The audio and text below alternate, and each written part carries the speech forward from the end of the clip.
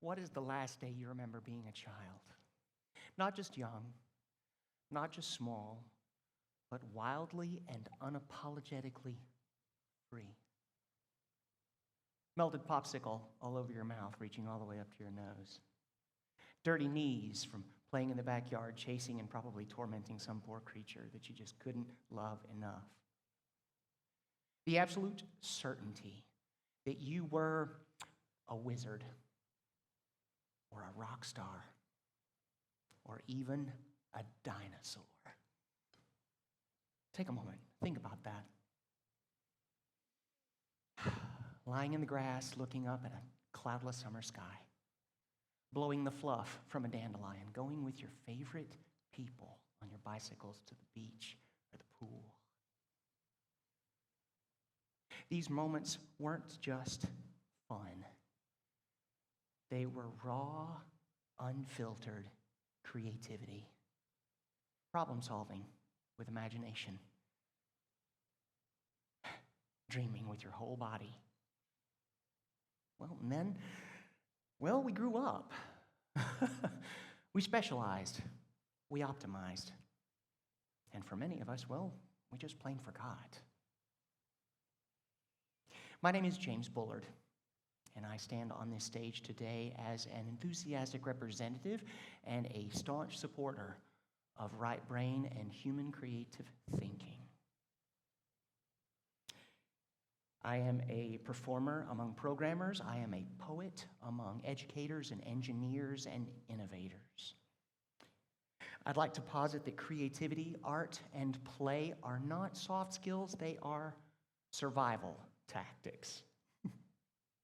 In a world run on algorithms, it is the human spark of creativity that keeps our civilization's fires burning. In the last decade, the number of AI patents filed globally has risen over 400%. Now, that's a number that I got from the World Intellectual Property Organization. Meanwhile, arts education, especially here in Europe, has continued to see steady cuts. Here in the Netherlands, there used to be a program, still is a program, called Cultuurkaart.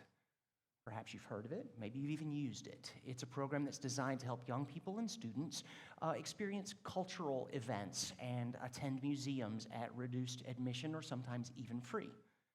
In 2013, we saw significant cuts to the program, and we have yet to see much of that build back to its original glory. I think that these two phenomena are related. Here's what's wild. Creativity isn't magic. It's biology. When we allow ourselves to play, when we follow joy with no set destination,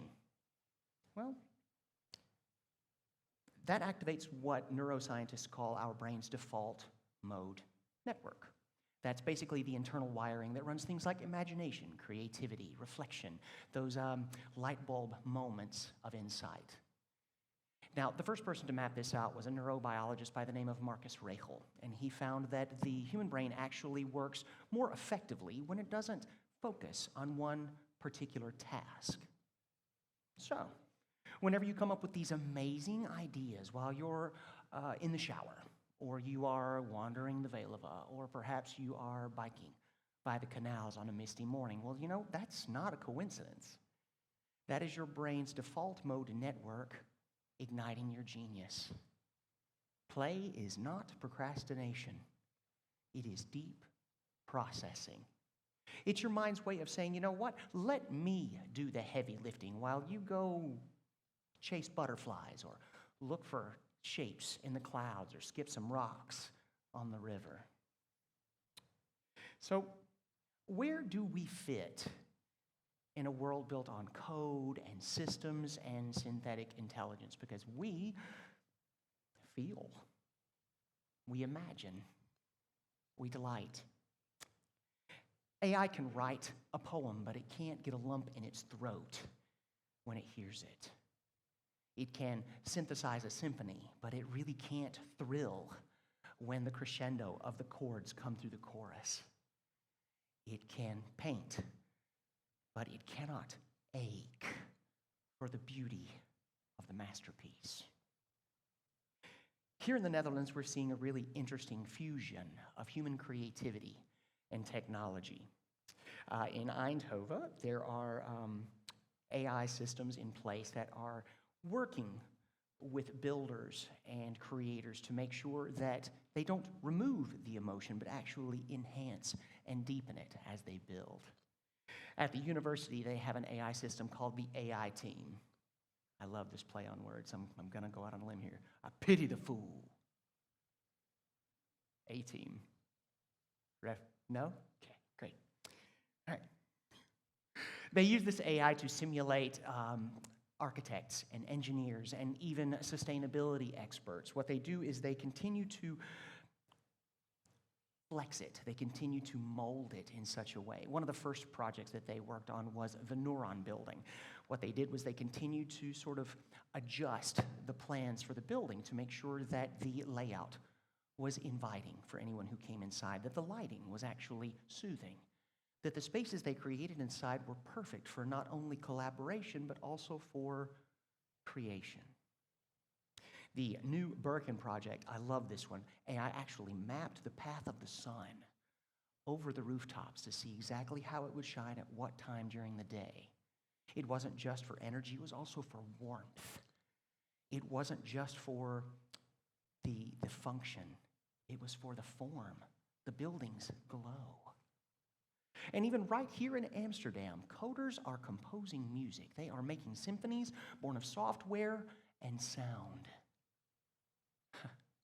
And see, that's the role of human creativity. We don't just hand the paintbrush to the machine and expect something wonderful to happen.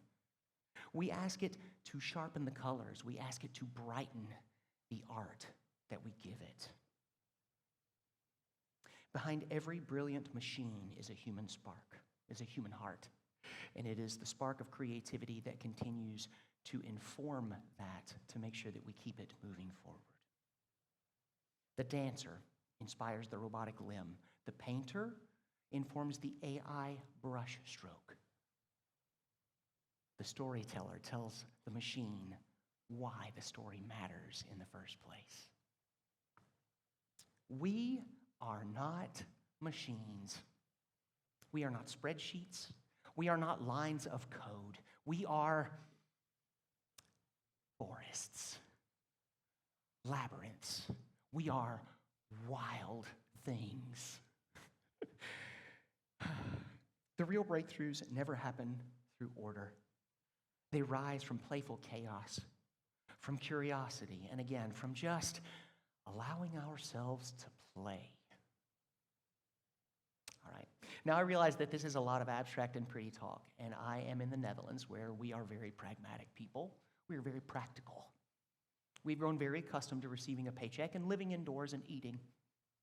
So for the next section, allow me to reframe this in a language of proof and profit. Creativity isn't just magical, it is measurable. And in boardrooms and balance sheets, we now know that imagination has ROI.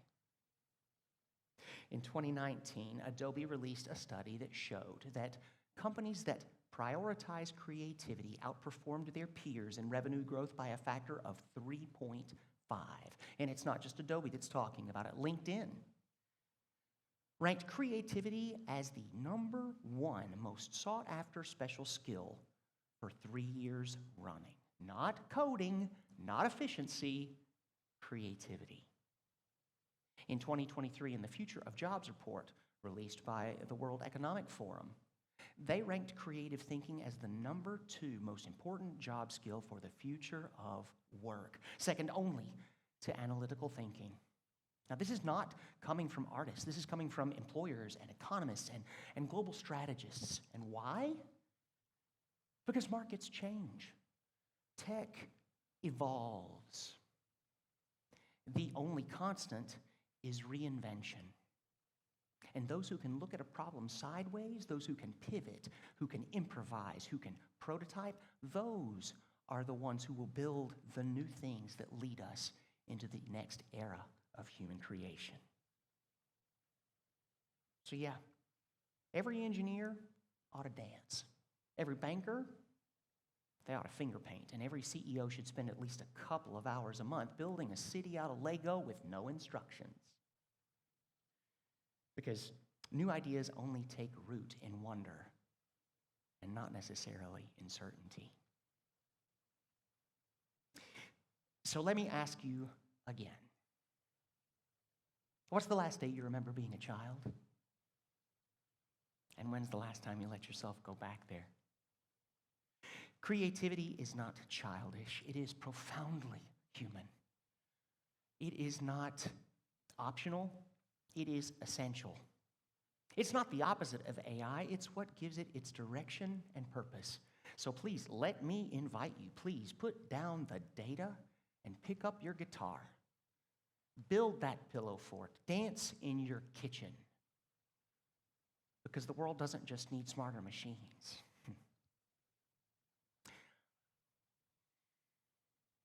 It needs wilder humans.